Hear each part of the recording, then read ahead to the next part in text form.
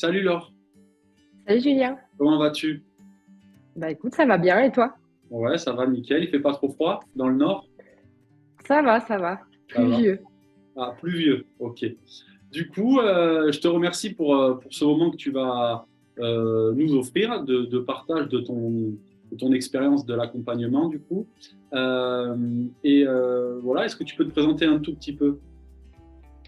Ben oui, donc je suis Laure, j'ai 32 ans, je suis infirmière en Allemagne et du coup j'habite dans le nord de la France, dans le Grand Est, en D'accord, Alsace quoi.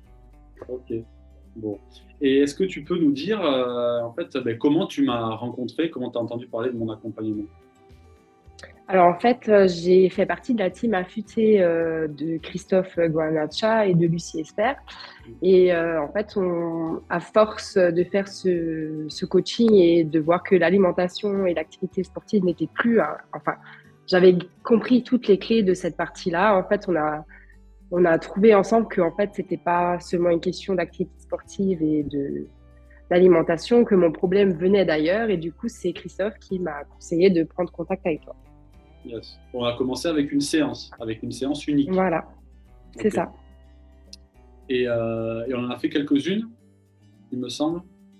On en a fait quelques-unes espacées de plusieurs semaines, voilà, pour voir le bénéfice des séances et puis voilà. Attendre de voir comment la séance avait fonctionné pour après décider s'il fallait en refaire une ou sur un autre sujet, etc. Ok. Et qu'est-ce qui t'a décidé en fait comment tu te sentais? Qu'est-ce qui t'a décidé à faire l'accompagnement plutôt que des séances à l'unité? Alors en fait, de thérapie en thérapie, de régime en régime, d'idées noires, en dépression, en burn-out, j'étais vraiment au fond et je me suis dit, il faut que je fasse quelque chose pour mon côté mental parce que tout l'autre côté, je gérais à peu près. Et donc, du coup, je me suis décidée à faire l'accompagnement parce que je me suis rendu compte que faire des séances enfin, des séances espacées, ça m'apportait quelque chose, mais que si on faisait le tour de toutes les peurs et toutes les croyances que j'avais, ben que du coup, en un bloc, ça irait peut-être beaucoup mieux Ouais, et que je gagnerais du temps par rapport à cet état de mieux que je voulais avoir. ouais. Oui, effectivement, parce que quand on prend une séance, pour ceux qui ne connaissent pas, du coup, on fait un objectif ou deux à la rigueur, et c'est très ciblé. Et après, on attend de voir du coup si ce changement extérieur ou intérieur, en tout cas ce changement de bien-être qu'on cherche, est-ce qu'il arrive ou non. Et alors avec l'accompagnement, du coup, il y a un outil qui nous permet d'aller voir toutes les croyances et les peurs qui sont dans tous les domaines de notre vie.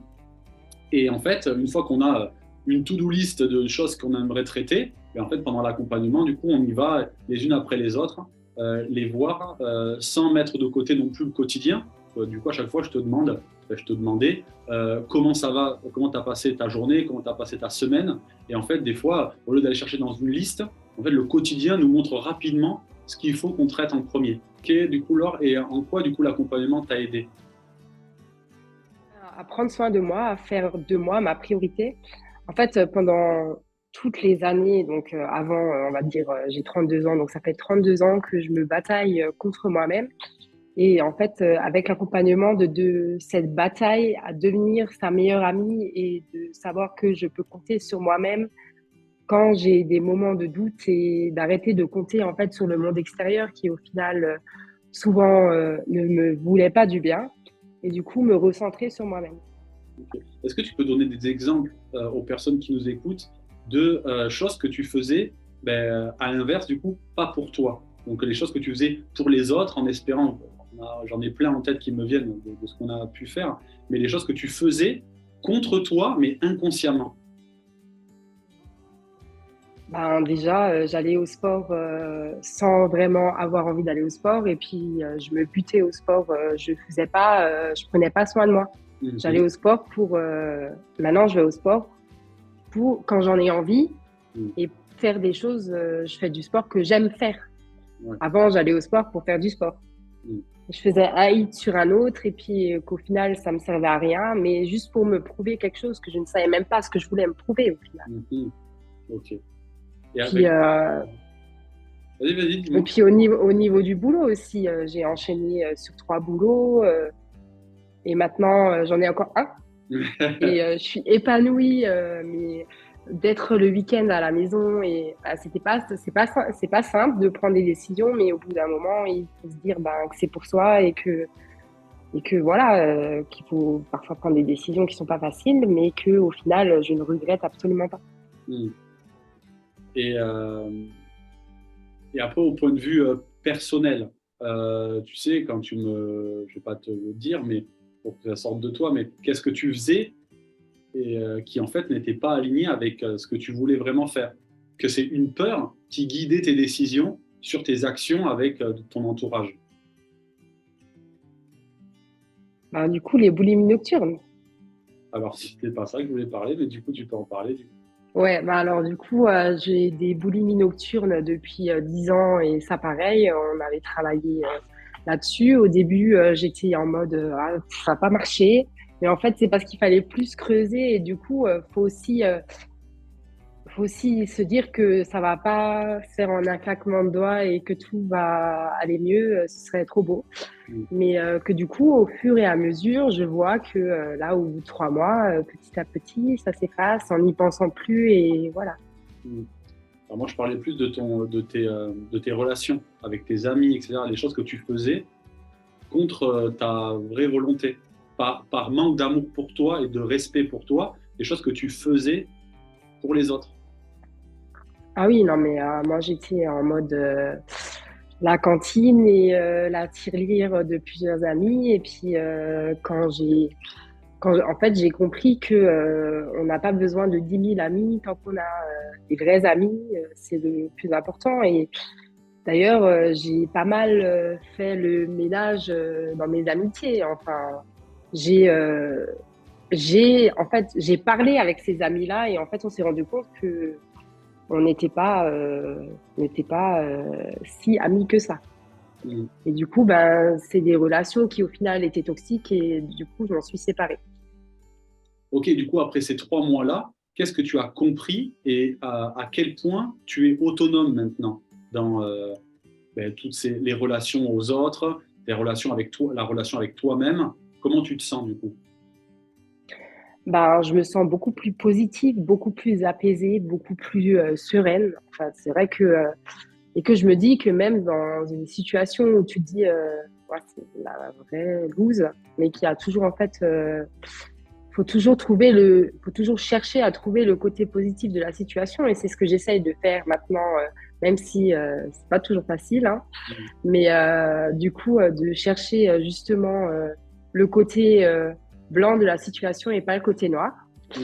Et du coup de me forger aussi plus un caractère et d'être plus moi, d'oser être moi, Ouais, c'est ça. d'oser dire les choses que je veux dire et oui voilà, d'être moi.